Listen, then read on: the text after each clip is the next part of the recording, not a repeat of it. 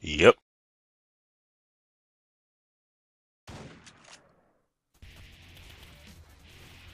Hey, it's Aaron from GameEnthus. It's Crimsonland, which I just recently found out is actually a remake of a game that's about 10 or 11 years old.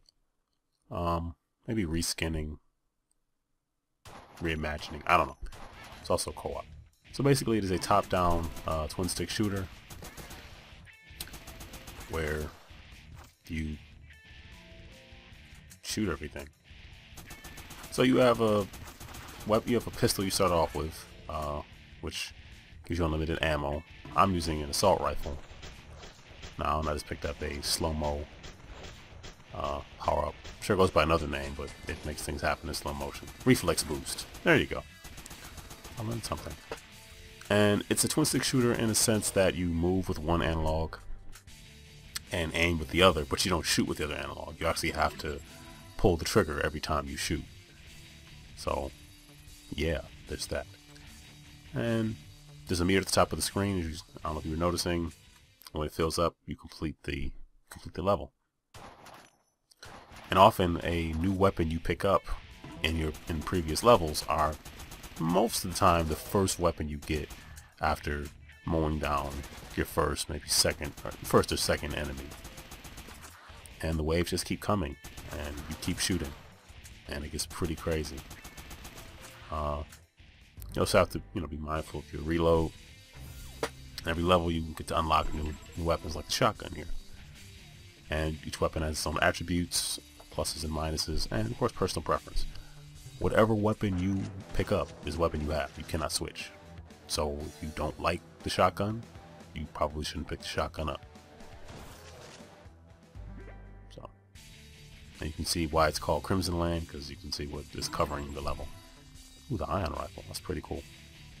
Let's see what that does.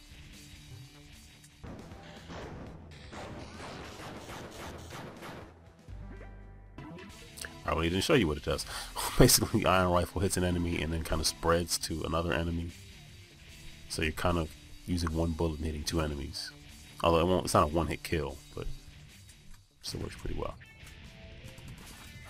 And the circle around your character is actually your health and or your shield should you pick one up.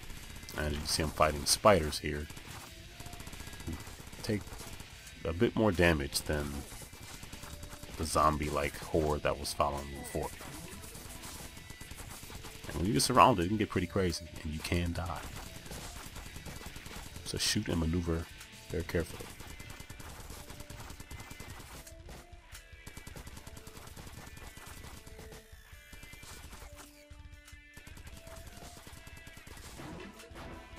Here's the iron rifle. Oh, it hits up to 3 other enemies. So it can hit up 3 other enemies that are close by, which can work to your advantage. You have unlimited bullets, but you do have to reload. It comes in handy.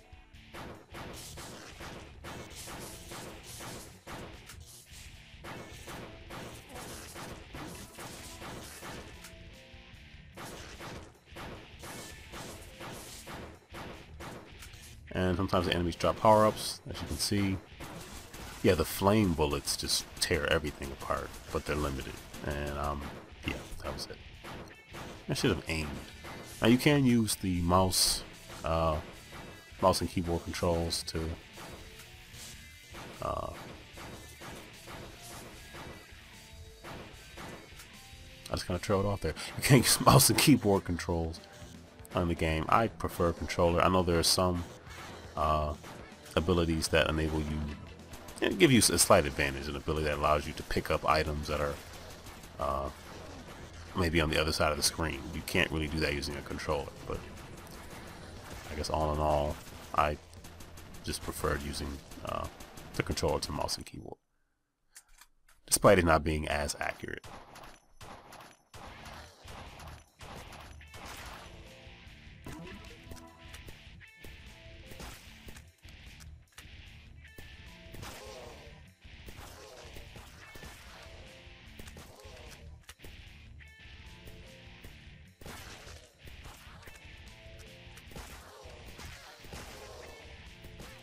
So Crimsonland is the kind of game that you can see and kind of know exactly what you're getting. You like shooting stuff in the face? A whole lot of stuff? There you go.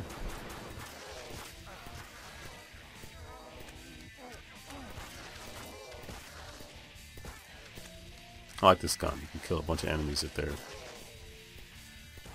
standing one behind the other. Very effective.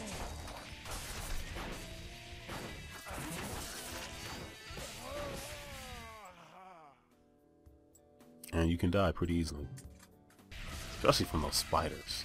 They're a pain.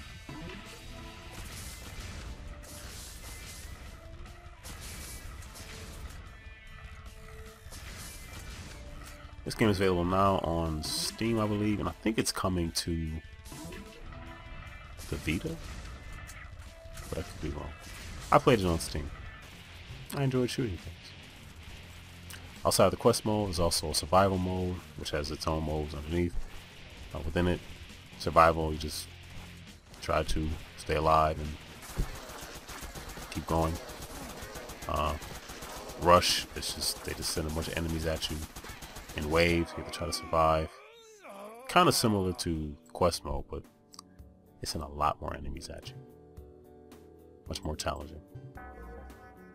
I have not unlocked the other modes, but I can and I will. So back to survival. Armed with my trusty pistol.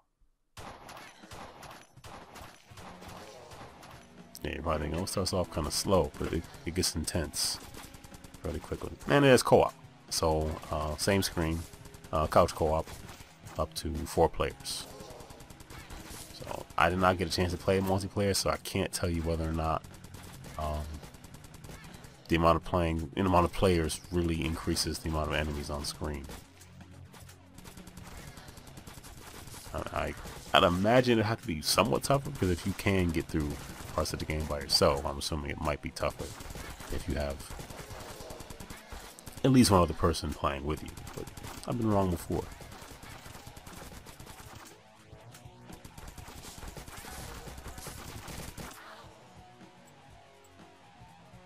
And you also can pick up perks along the way. I kind of like the uranium filled bullets. Yeah. That's what I went with.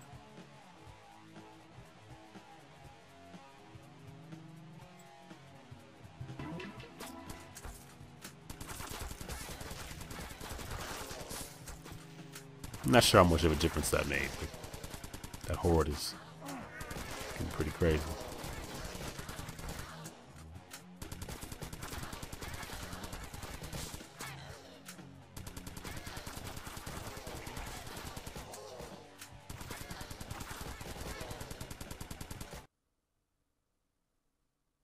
And that's it. Crimsonland.